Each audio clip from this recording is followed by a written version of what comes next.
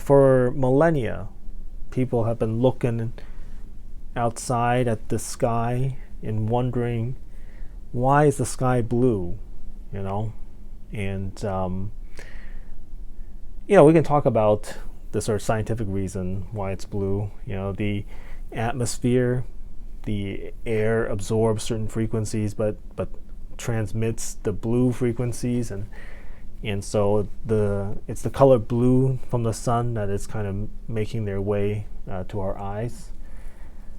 That's kind of like the sort of scientific explanation. But I want to talk about it in a different way. The thing is, people, I think, are oftentimes sort of amazed or puzzled by the blueness of the sky, because they feel like they're surrounded by nothing, right? It's just nothing.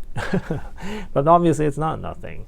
We have air around us, right? And air isn't nothing. Air seems like nothing, in short distances, right? But there's like a few kilometers worth of air above us going up to space, right? If we didn't have this air, the sky would be pitch black, right? We know this because if you actually fly up above all of this air into space and you look out at space, it's black, right? And we know that also if you stand on the moon, right, and you look out at the horizon at the sky, it's black.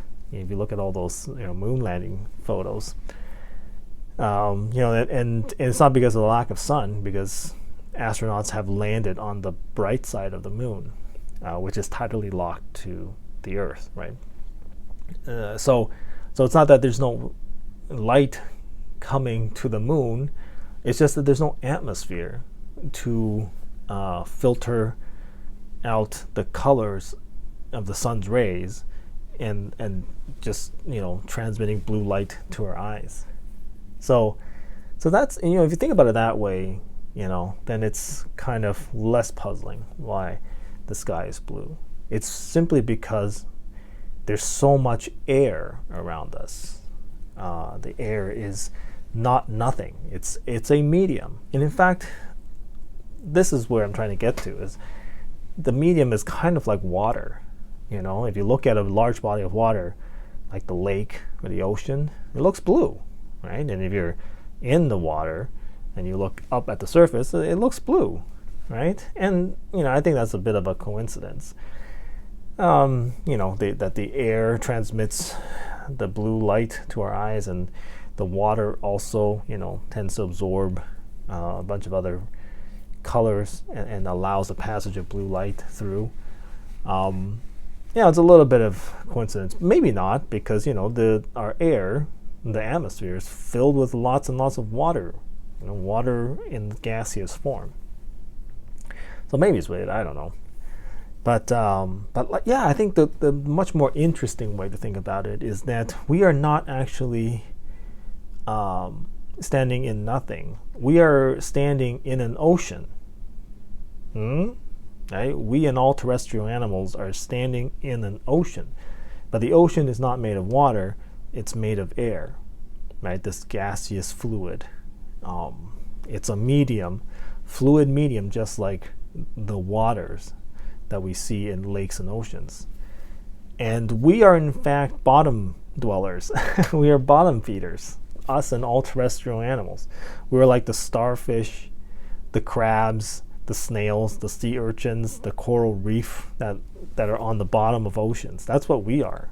We're all bottom dwellers in this ocean of air. And in fact, what is swimming in the air,